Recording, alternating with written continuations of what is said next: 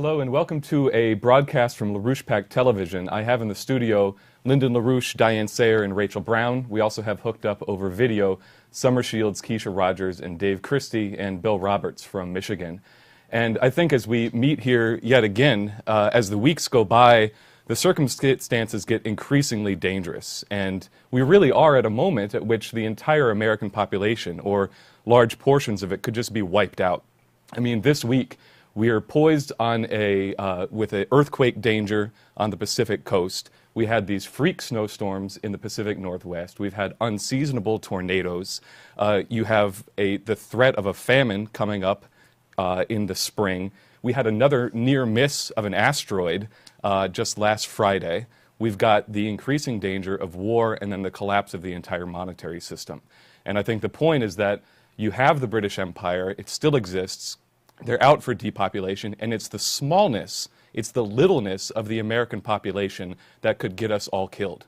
And as you said yesterday, at a time when the majority has failed, it's time that a minority, even a very small minority, has to take power. And that's what we're here to discuss today. We ourselves have changed things a bit in the past week by what was done out of the basement and what we put on the record in terms of the weekly report on Thursday afternoon and evening. This has changed everything, and it means that everything we say and do changed too, or should have changed too. In other words, what we did in that practically 1 hour webcast, that did it. That changed everything that we do because we're taking charge. And that was the significance of this week. And obviously with the performance we've had in the past week, that means that we've got to get on this case of the mass kill question and things like that in terms of forms of life. We've got to get on that and make that the number one thing which leads all the other things that we state. Because this is it. We're talking about the threat of an extinction of a great number of human beings. If the present policy of this government and some other governments, and as in Europe, continue to do what they're doing, you're going to see mass killing of Americans, even without thermonuclear weapons, just from starvation and from other kinds of problems of this type. So what we did on Thursday afternoon and put on site is the starting point of everything we say and do in this coming week and this weekend. That's what it has to be, because what we have here is this. You have people that are going along to get along. That's the mentality of the population. They're scared, they're frightened, they're confused, and so forth. And also we've had 3 generations of people where each generation is poorer in quality as a generation than the preceding one. In other words, we're on a downward slide in the quality of minds and emotions of the people of the United States, counted off from the time that Truman took over as president. And now we've come to the bottom of the line. People are influenced. They react to what they call reality. They react to what they think is public opinion, on the basis of a degeneration of public opinion, which has been going on for 3 generations. Therefore, the only solution to a situation like this is not the old college try. The thing here is to get with it. The issue is we're faced with a crisis of humanity, which can only be cured by our recognizing that the thing that was responsible for the great kills of up to 98% of all living processes in the past 500 million years on this planet was the people who were doing what the citizens are doing today in their non-performance, is what killed all those species, 98% of them, which didn't survive because they were failures. And the problem of the American population now is not the campaigners as much. They're a problem too. But the problem is the American citizenry themselves have accepted a degeneration process of 3 generations, 3 degenerations. And we have to realize that we don't go with the flow, because the flow is coming from where you know where, and it's not pleasant.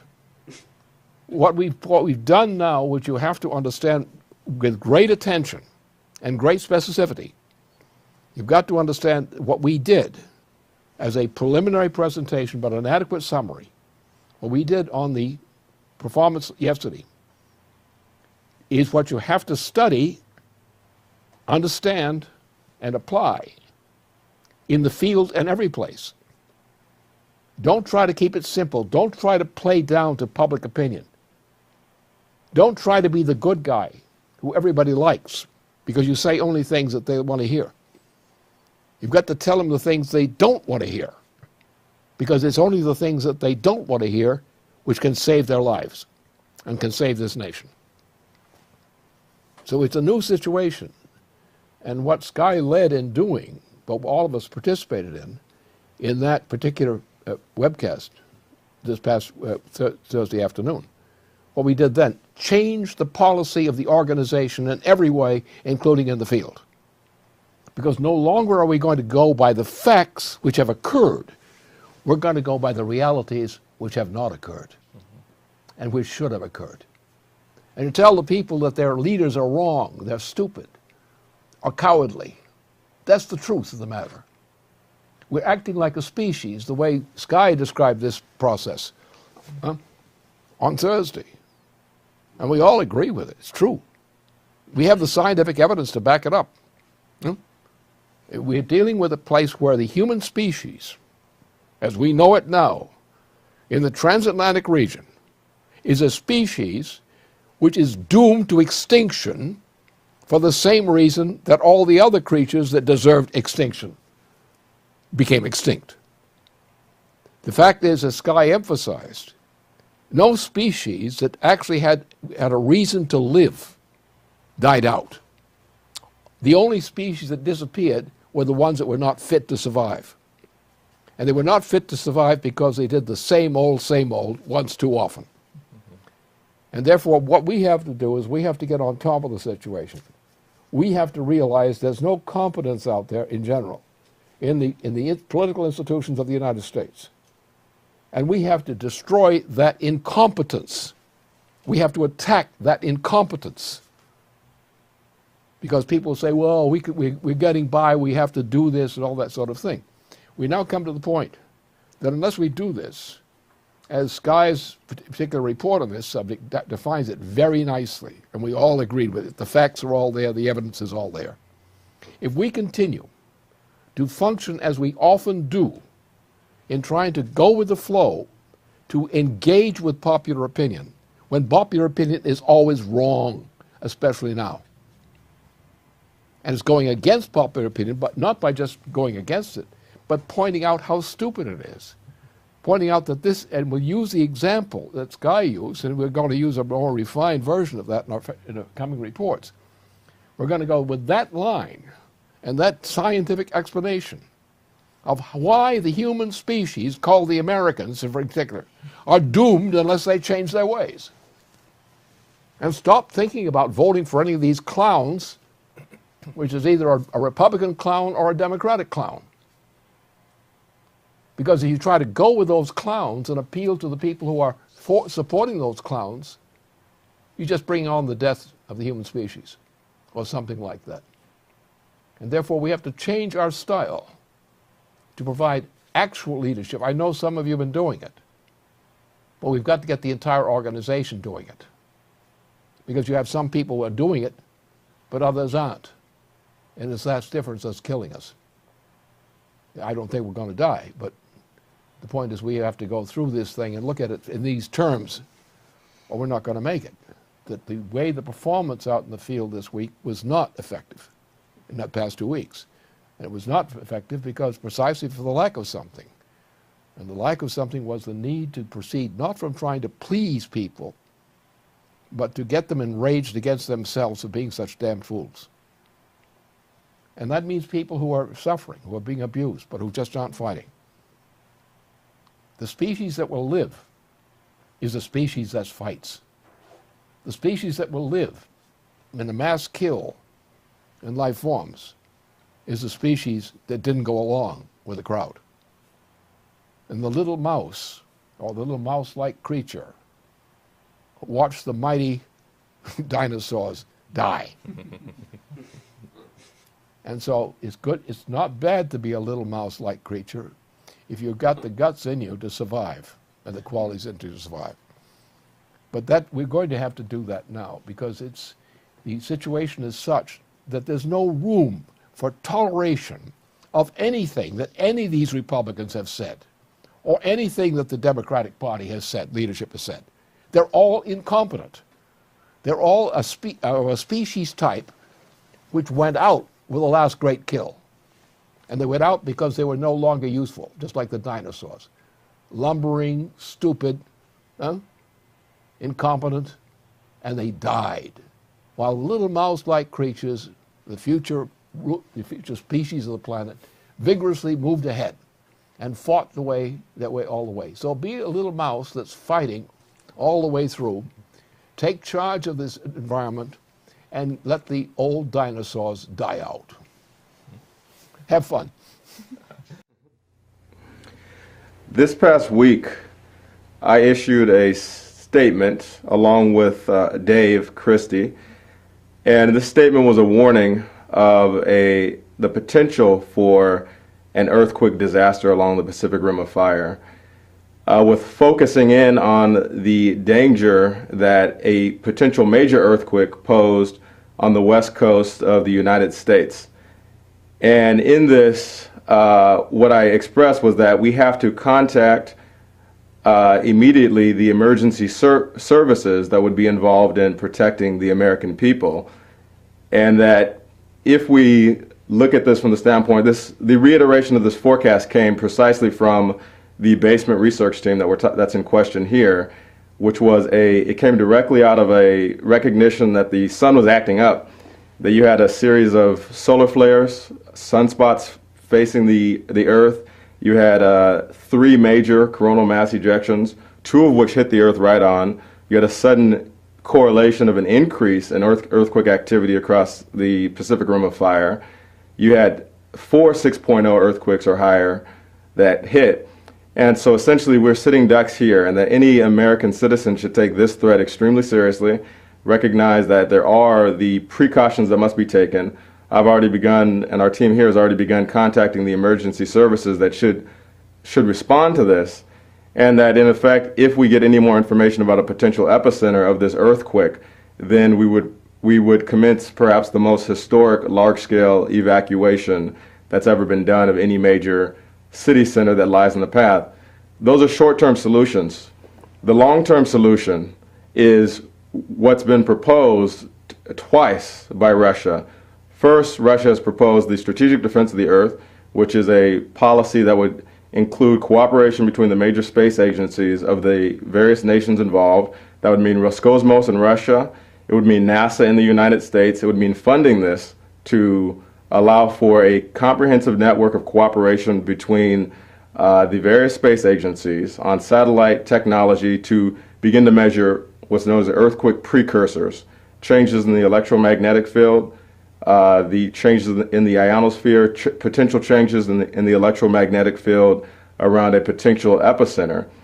And secondly, the proposal that came from Russia as well, shortly after your State of the Union the week before last, which was cooperation around a joint moon base construction to begin a process of what mankind has to do permanently, the endless frontier, as it's been termed by the basement research team, that we have to begin the construction of a moon base as a first step towards mankind's endless frontier into space, which would start with a move in a week to Mars as a necessary part of mankind's evolution. These are sitting here as proposals. What we know, and Dave will comment on this, what we already know is that whether you take the environmentalists who start out with an extremely pessimistic view of humanity, that anything mankind touches is going to be bad, or whether or not you start out with the current list of Republican candidates who are saying that mankind cannot determine its own future, that you cannot in any way shape or control the destiny of humanity without destroying the so-called free market. You got to cut back, and unless you decide to actually go with a Glass-Steagall solution and go with the national bank and then begin to seize our own destiny, there's no way for us to overcome a potential mass extinction. And in the short term, the threat of in the next week, of a major earthquake hitting a major city center on the Pacific coast of the United States, there's no way to avoid an immediate disaster, an immediate danger. Okay, that's all fine. We've done that before. I agree totally. But it doesn't go to the point I made. The point is, the problem lies, see, you say something to a public. You say the thing to the public. It's correct. It's what it should be necessarily put across. Why doesn't it work instantly? It doesn't work because you got a problem inside the population, inside 3 generations, which have been 3 degenerations. And the point is, when you say these things to some guy out there, there are only a few people who will actually respond to that, no matter how many times you say it.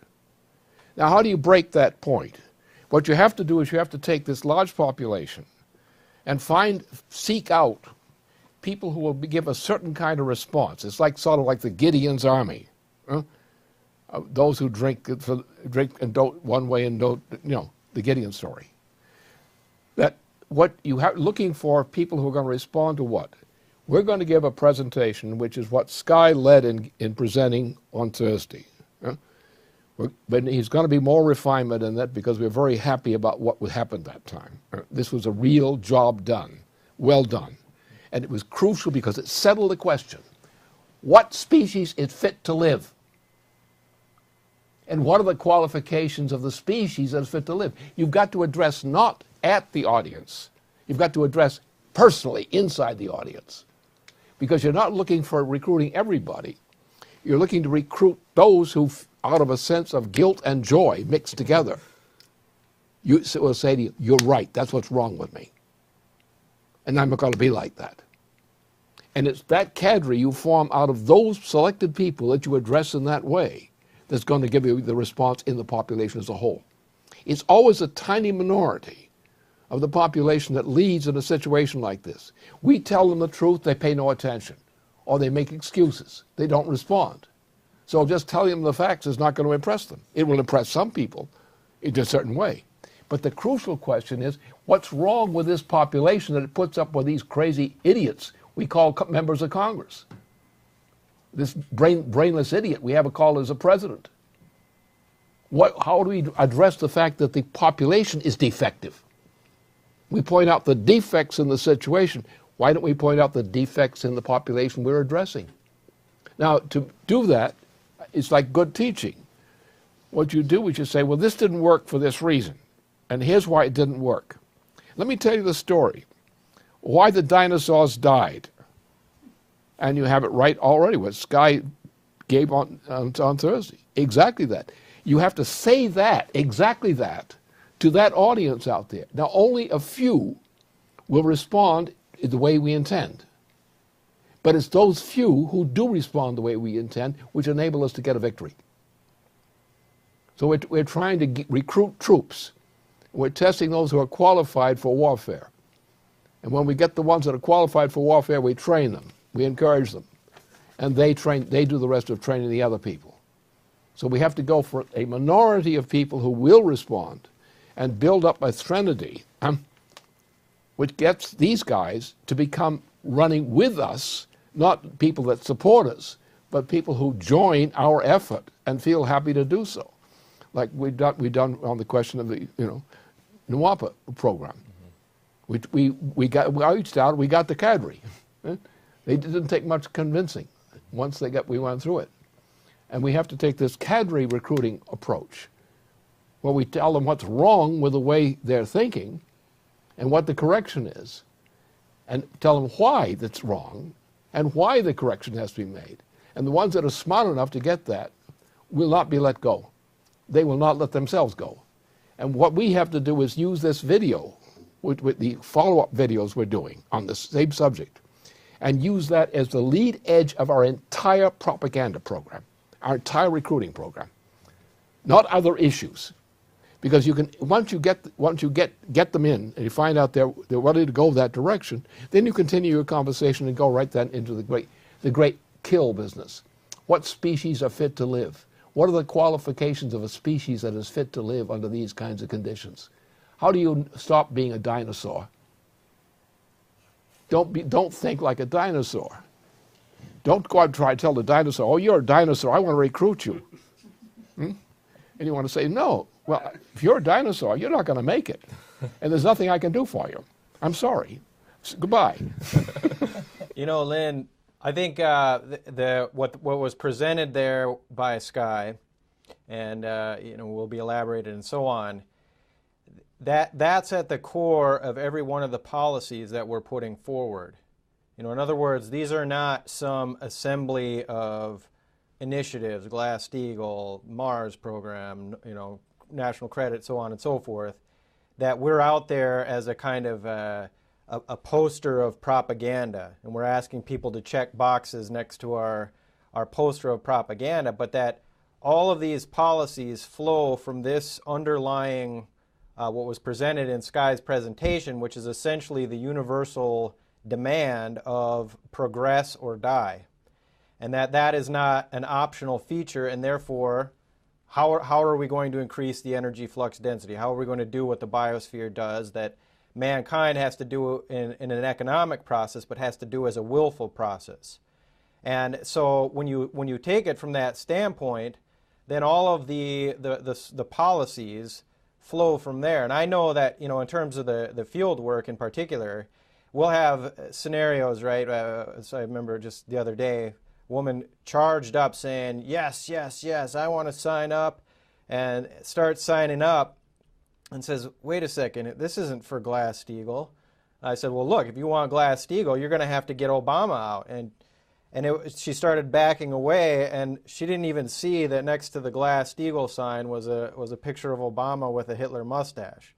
So there's this way where this population will want to take little particular parts of a program and think that they can just still incorporate those parts of their program underneath their own program.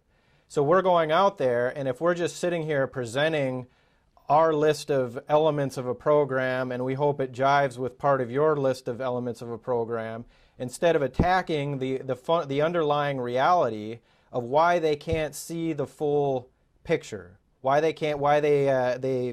that even if they think that there's one element that they like of what we think, but they want to hold on to their own axioms of environmentalism, of monetarism, that will drag them down and not even allow them to get what they think they want. And I think we got to, that core of that, the universal demand of progress or die, that has to be just driven into them or flank them to get them to see that. That's precisely true, but then the question is, what is the actual form of the successful approach to that, doing that? What you really want to do is we're going to have to take things like we're producing these videos, right? And we take the video that we did on Thursday. The basic argument is there. Now, Sky and the rest of us would like to, in a sense, give an enhanced version of that, because the point is buried in there, and Sky's argument at one point made the core argument that the killing of dinosaurs, the point, remember, that he made, the killing of the dinosaurs, the death of the dinosaurs and similar species, it occurred because they were not fit to live, because they were not willing to progress, where the little mouse-like creature did and became the triumphant species on the planet. Now, what we need to do is take that aspect of it, which was what Sky really presented. That was his real presentation on that occasion. And take that, and we want to present that same argument repeatedly with all the excerpts in it, so you get a contact and you want to get them to go to the site, go to the site and see that and study it and then call back and talk about it. In other words, you want to do a direct recruitment by an educational process, not throwing facts at them, but by getting them engaged in recognizing that what they were told by everybody was a lie. Anyone who said that these were kill operations, in other words, that each one of these disasters was a disaster for the living species, is not true. What happened is the system dumped a species that was not fit to exist. And the ones that were fit to exist were the ones who were going with change, forward change, and say, well, look, we're going to die now. If we keep voting for these candidates that you're talking about out there, we're all going to die. And we're going to die because you're sticking with those candidates. There is no candidate running for president now who's fit for anything. Dog catchers would sneer at them. It's not worth arresting. The point is here, is you have to get this pedagogical approach in, which means you've got to get people set up to go through the whole business. We have to have the video available to people to pull down if they've got accessibility. And we have to find out who on there is obviously catching what we're talking about, that this is a fundamental discovery in science, in physical science. And that has to be presented as a fundamental discovery in physical science, which you give to any person who wants to hear it and who understands what they're talking about. In other words, you want to have a real pedagogical relationship between the person you're talking about. So you've got to find the person who you would want to talk to them about this, and then use our video productions, which we need for that purpose, and present them concise excerpts of the argument so they can follow the ABCs together with pictures, with diagrams, illustrations. And do that so we concentrate in a way where you have a selective process. You first to find out who is going to be potentially a performer as a leader, one who can educate other people. When you find out the person that could educate them, you try to make sure they get the point clear and provide them with the access to the materials they need to have in order to follow up on what they've learned and act on it. And then use those people that you get in that to become the basis for recruiting more people. You want people in society, 2s and 3s and 4s, beginning to gather around one person there who does understand the point. They spread it to other people, and some people are just curious about what's going on, and then you point them to the same thing. And that's the only way you're going to succeed now. Any other approach, just on giving facts, is not going to win. Because in this case, you can't win this population if you just give facts. You've got to actually educate them, their minds actively in going through a kind of thinking they have not done before. In other words, rather than trying to address the way they think and convince them on the basis of that they should change their opinion, is not going to work. But however, if you educate them with something which they realize is new, is revolutionary, and changes everything, that's what you want. And you're not going to succeed in this operation unless you do that. Well, along those lines, I mean, one of my favorite graphs that Sky used that we have here, where he shows the difference in energy consumption between amphibians, reptiles, mammals, and birds. Well, you look at it, and the mammals go up at a different rate than the birds. And I was thinking, well, where are the humans? Aren't humans more energy dense than birds? And it does get to this question of Hamilton and credit and economy, because what we have done, and you see why we're facing extinction also, because we've reversed it. But what we had done with the discovery of first combustion, burning wood, burning coal, fission, eventually fusion, is that you can increase the energy consumption of human beings at a hyperbolic, non-linear rate. Well, you have to go to another level, one other qualification. You can't do it by putting non-human beings in the same category as human beings. Right. Because the human being is the only one that is capable of creative thinking. The only one. No animal can. No species can. Only the human species can do this. Therefore, you have to, first of all, if you're going to talk to somebody, make sure it's a member of the human species. Otherwise, you're not going to be successful. Right. But the point is, what we have to do is we have to get away from this pragmatic approach to education. We have to now, we're in a crisis. This is the year. The year is moving fast. We could all be extinct in a short period of time. Therefore, you cannot use the gradual methods. And you cannot use slam dunk methods either. What you have to do is you have to have where you get this quiet moment, which is internally turbulent, where people are going through an experience in which everything they believe is being overturned as the words drop from your mouth. Now, only certain kinds of people can respond that way. Other people demand creating an aura of popular opinion around a person. So therefore, what you have to do first, you have to find the nuclei of recruitment, which doesn't mean you're going to recruit them as such.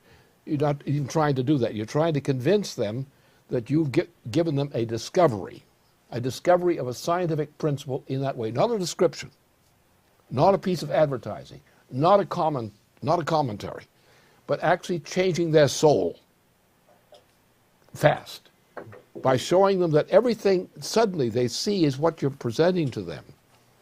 As the words drop from your mouth and the visions drop from the two, they're going through a change where everything they believe is suddenly being changed with a few sentences and some audio-visual material. We have the ability to do this with the video productions that we're doing from the basement. Right? And we now know, particularly with what Sky emphasized on Thursday, that one point, that single point, that the kills all came to animals who behave like citizens do today. And you get that point across in a scientific way. So it means you have to get them actually at the point where, well, I've got something to say. It may be difficult, but look at this. And you've got to pick out the guy or the woman who you think is going to respond in that way. And you say, well, look, you seem to understand what I'm getting at. And we have this video. It's up there. You have access to video. And you want them to look at something which is fairly short, abbreviated, because to concentrate their attention span. Once they get the point that we are making a revolution, that species of animals that behave the way our citizens today are behaving are going extinct. Our citizens are going to go extinct if they continue to behave this way. So we have to save our fellow citizens who would go extinct if we don't change their minds about how they're going to vote. Yeah, exactly. Therefore, we need to we have to have a concise effort here, where we induce the producers of our video material to recognize that our audience out there needs something very specific, which corresponds to what we're putting up as a video production, but we're making small packages of this, which is what we present to somebody on the other end of the television line. They look at that, and they get the idea that you mean that we human beings, we citizens, are like the dinosaurs and we're about to go extinct because of the way we're thinking and behaving? That's the point you want to get across. And that's the only way we can succeed. And it will work. But we just have to have this thing glued together. We have to get the relationship between the person who's talking to the citizen and ourselves in this special mode. And you have to start with the people who are more capable of responding and understanding what we're talking about.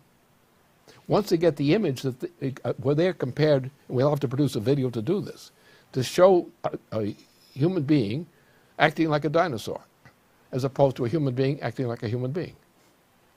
And this kind of thing is what we need, because you've got to get to really not talking at people.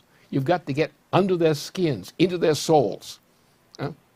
with a kind of educational process which they suddenly realize that they've just had an experience which has changed their life. And that's the way we organize. Right. A teacher that I was speaking with in New York actually went through this because he said, you know, I have a few problem kids in my class, and they are actually children whose parents are either alcoholics or drug addicts who are being raised by their grandparents. And I realized that the next generation will have no one. He said, I can see that we could be in a dark age immediately, virtually, because the grandparents are going to die off. They're already taking care of 2 generations down the line. Their children are a disaster, so that you have no one who will take responsibility for the next generation. Great.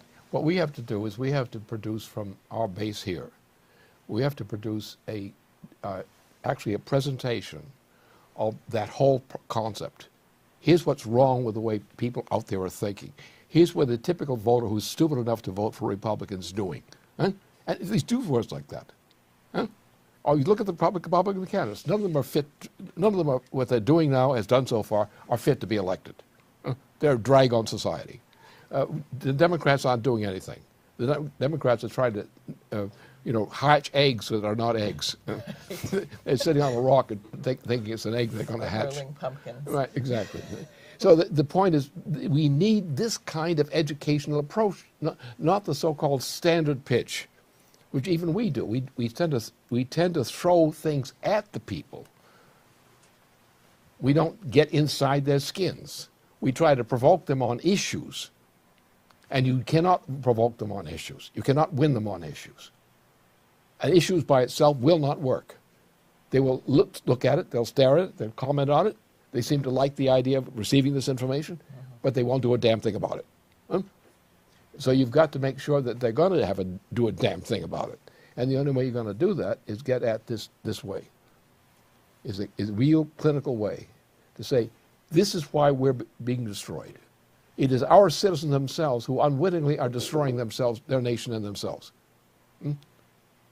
And when they vote for these candidates, you know they're destroying themselves. That kind of thing. And we need educational material to go out on the site, which above and all this business of reporting on things at the audience. We've got to avoid getting dragged into the at-the-audience approach. We have to get deeply under the skin, and we have to address the mental processes inside the citizen you're addressing. We can do that, but it means we're going to have to redesign what we're producing for the website. Is going to have to include a repertoire which contains this kind of material as opposed to what we're doing now. And Sky's argument, which was the core of our presentation on Thursday, got at that specific point. And we had a discussion the night before in the basement. And he started to talk about this, and I said, I know exactly what you're going to be talking about. And they said, okay, that's it. I said, let's do it. So we did it. And this is what we have to do. We have to make this change in the procedure. But it's obvious. It's what we would like to have done to us. You want to do to others as you would like them to do to you, right? Okay, fine. Yeah, So, I think, so let's do it.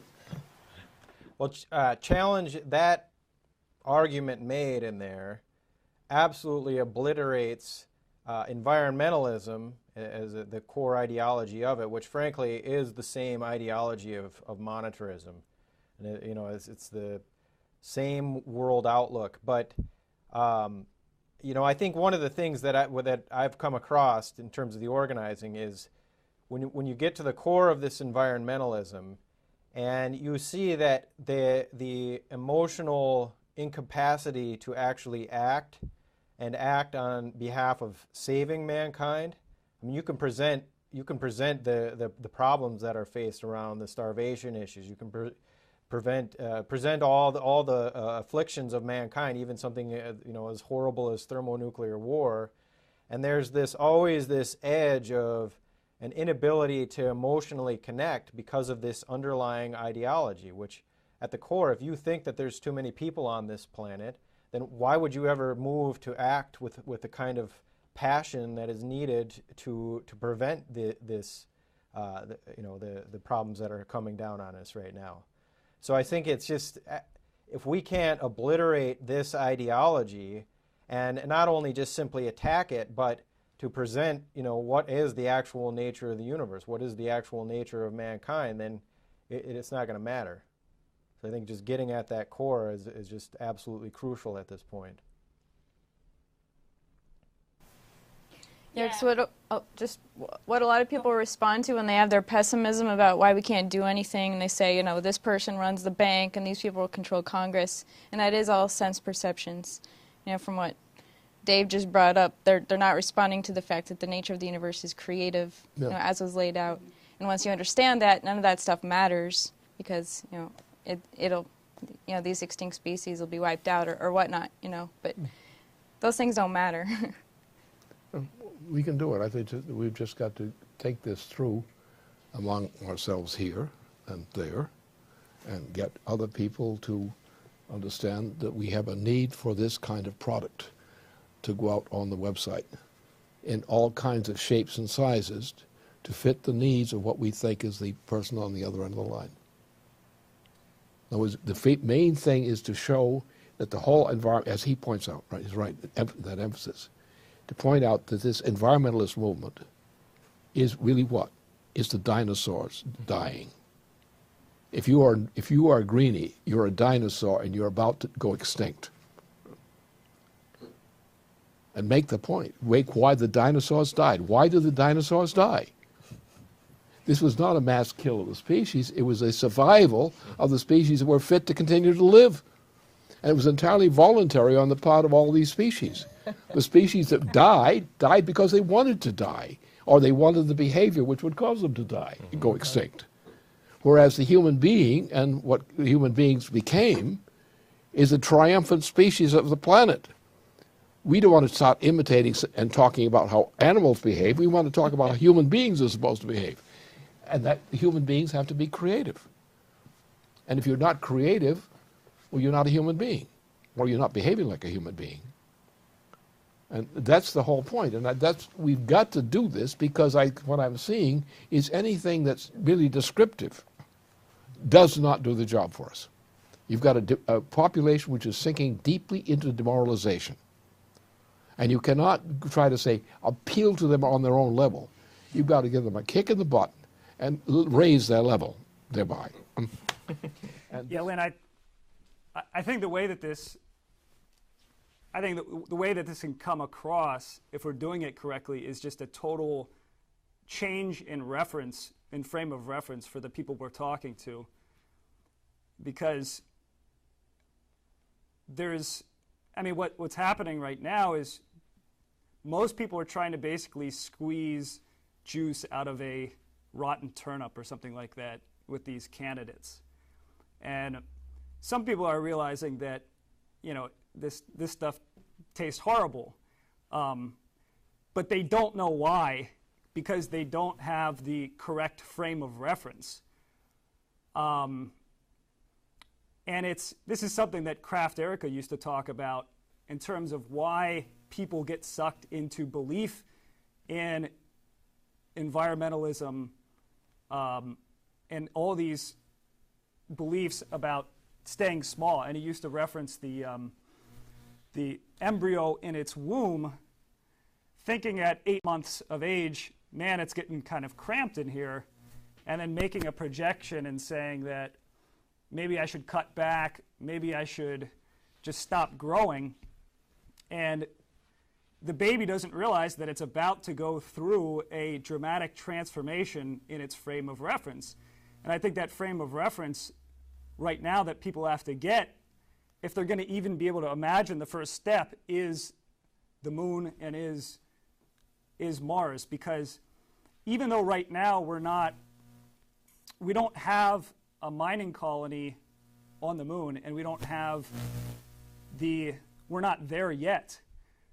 But if we don't take that domain, at least the solar system, the galaxy, as our frame of reference, then anything that we try to do will be a collapse. And so it's a complete revolution in the sense that any revolution has been, and I think somehow that has to really be what kind of shatters people's sense of just going along with this crap that they're being subjected to. Yeah, it's true, because it's not an option. What we're talking about in terms of the need and the must action, the need to take action immediately to go to space, is not something that is whether or not you agree with it or not. It has to be done. This is what gets at the core of the survival of the fitness of human beings to survive mass extinction. And I think what you just brought up, Lynn, about the fact that we're not, and this is what was emphasized by Sky, we're not just talking about mass extinction, but we're talking about the introduction of new, more higher fit species.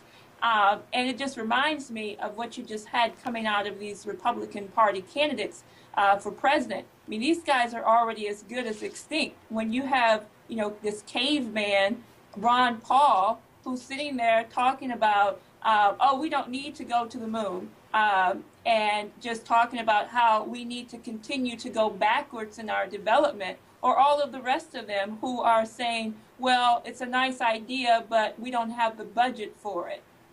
This is, as Dave said, a direct action. I mean, it's directly related to the policies of environmentalism, but all of it's the same. It gets back to the core principle of this oligarchy who seeks to destroy the potential for real human creativity to exist.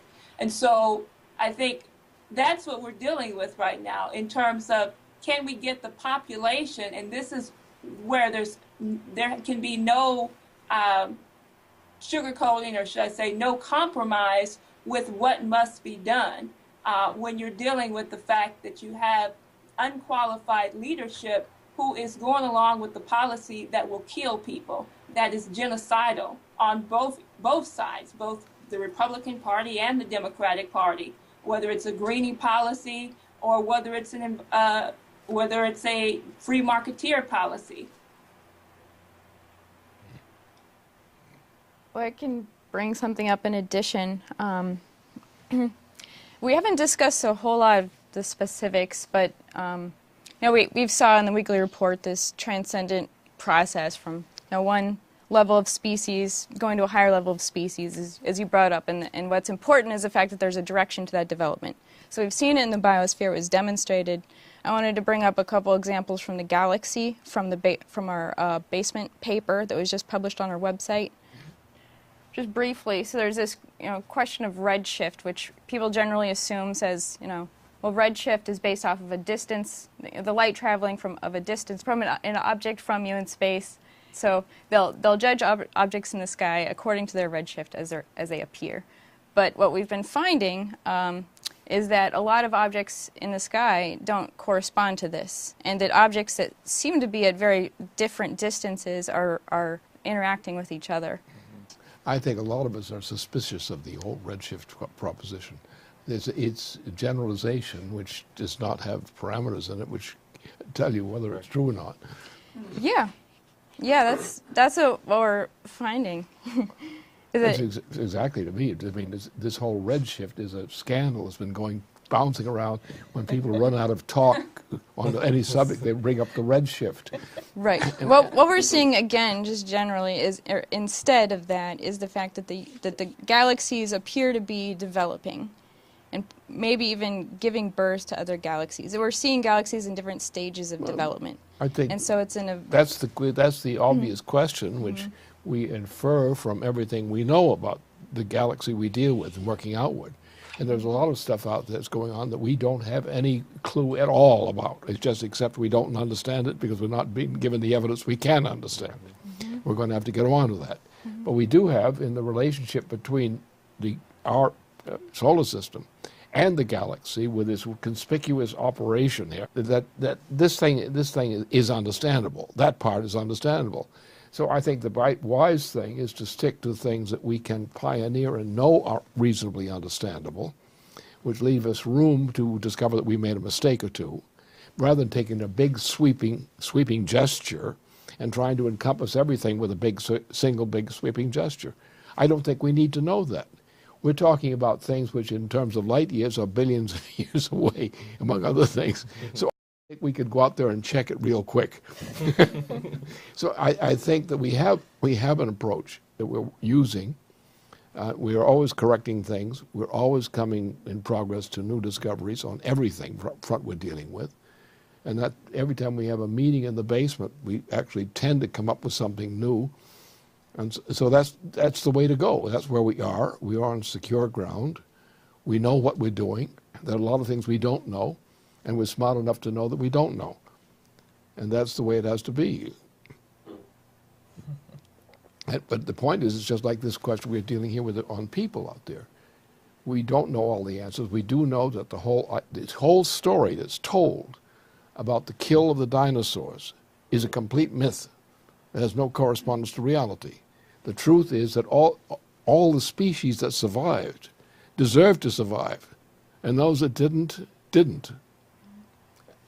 And sticking to those kinds of ideas that we know, we should know what we have to do next. We would like to know things that go much further than that. And we can go a certain distance in that direction successfully, and we can manage to get by temporarily on that basis. But we don't want to go into this idea of far-reaching thing to try to upset everything when you don't have an answer. If you ask a question for which you don't know an answer, and they don't know an answer, and then try to debate it, it's not very profitable. Well, back on this environmentalism question, because that is really key now, because see, what people have been induced to believe in this environmentalist movement is exactly what will kill you. Because what you see in terms of, well, they describe it there as energy of the system, that you have this extinction, and then the next group of species consumes more energy, produces more energy, is more complex. It's the exact opposite of this insane, fraudulent second law of thermodynamics. What you're getting is the actual, in this diagram, and I think it's a useful diagram that Sky came up with. This diagram shows you a process, which is the little black part there, right? That shows you that what's happening is not the death of the species that's occurring, the old species that's occurring. What's happening is the new species is taking over. And when you look at it in that way, which is what is actually happening, then this whole environmentalist argument about it dies. It's nonsense. It's absolute crap. There's no truth to it whatsoever. Right. It's typical British propaganda. Exactly. And the truth is, Malthus's line about how we grow geometrically and resources only arithmetically is a complete fraud in the face of the development of the biosphere and the universe. Because the biggest factor in the development of the universe increasingly is mankind. Mankind is the generator of growth of living species. Look at just take the population of the planet. Look at the things that we human beings have done just by living, which have changed the planet and made it better. It's when we don't do those things that the planet gets into trouble. It's the environmentalists who are the enemies of civilization, the enemies of life. And well, they're the palace guards, you know, of the Queen, defending the Queen's policy. It reminds me a little of a kind of a Bettelheim syndrome, you know, where they have adopted the identity of their oppressors. But again, it comes back. I just want to be clear on this. You know, unless you get to the root of this, and you know what you're bringing up with just this, we have to go to their minds, because, you know, here we sit on the verge of World War III, thermonuclear World War III. This crisis has not abated.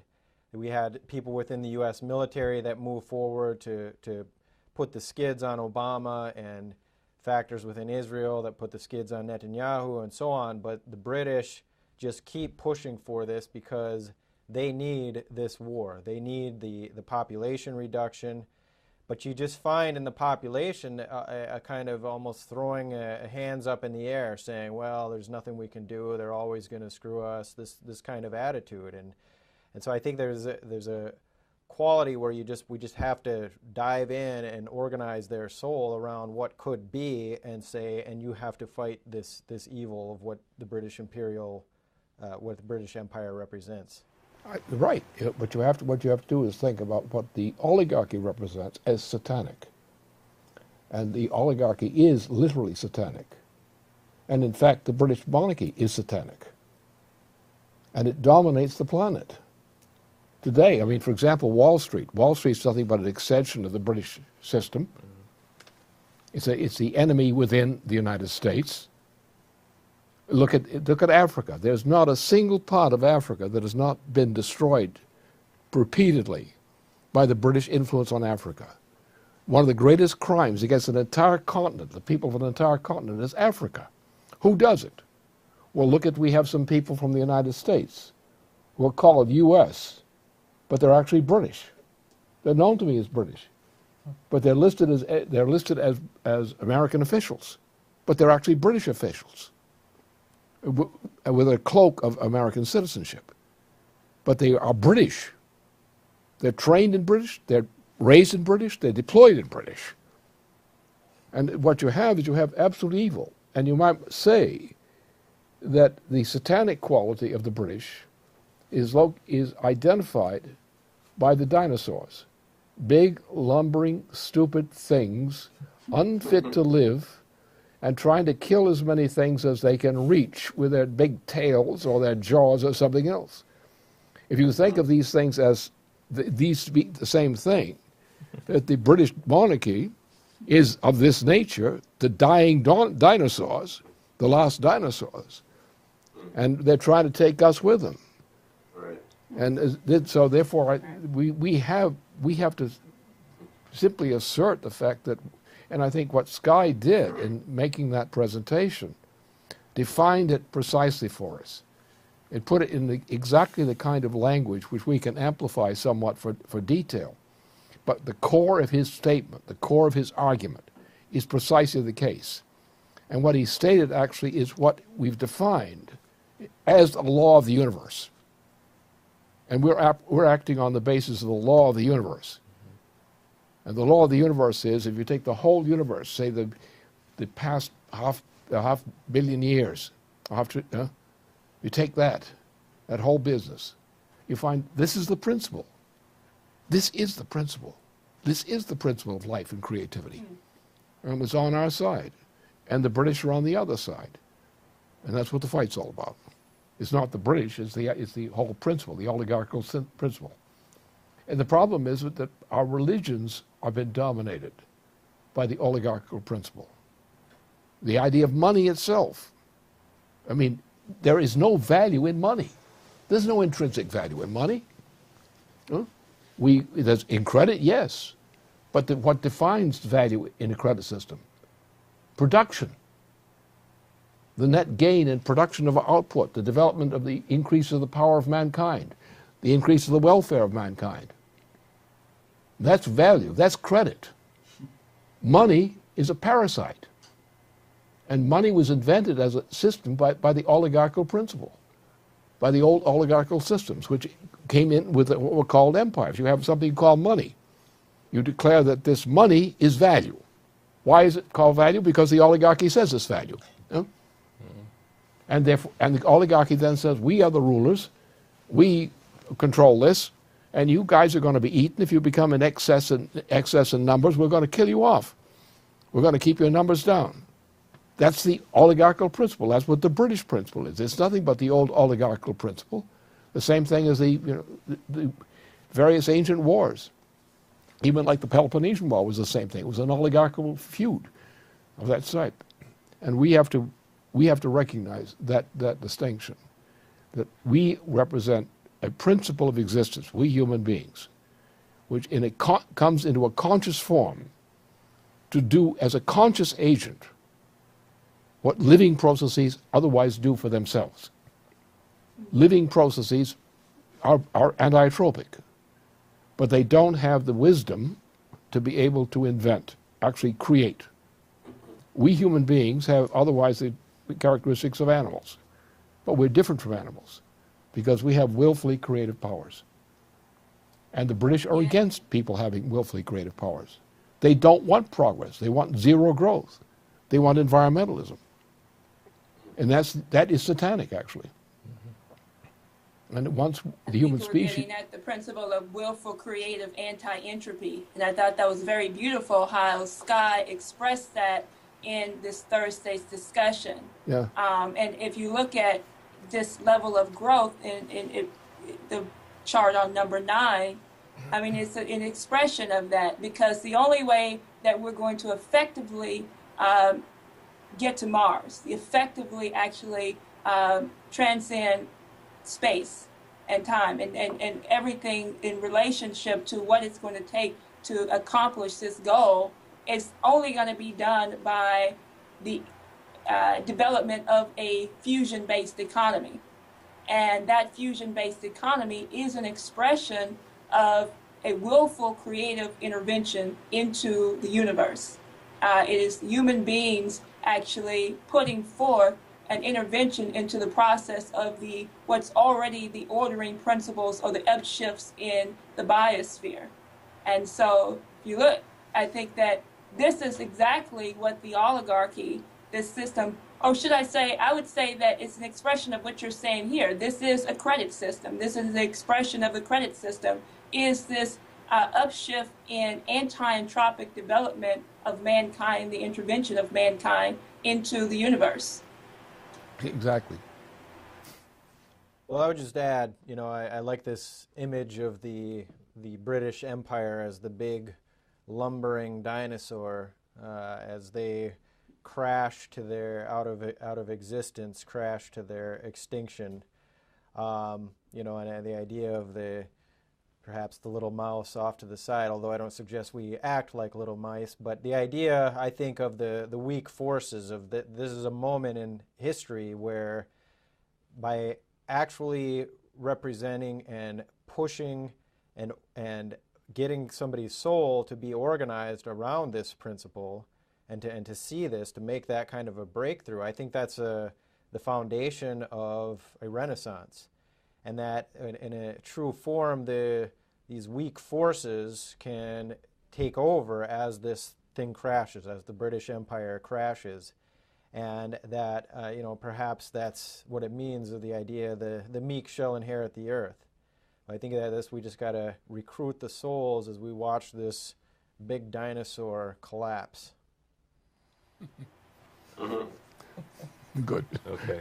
I think that's well said. I think that's a good conclusion point for our discussion. So we'll have much more of this, and as you promised, we're going to have a lot of this pedagogical material on the website this week. Essential. Yeah.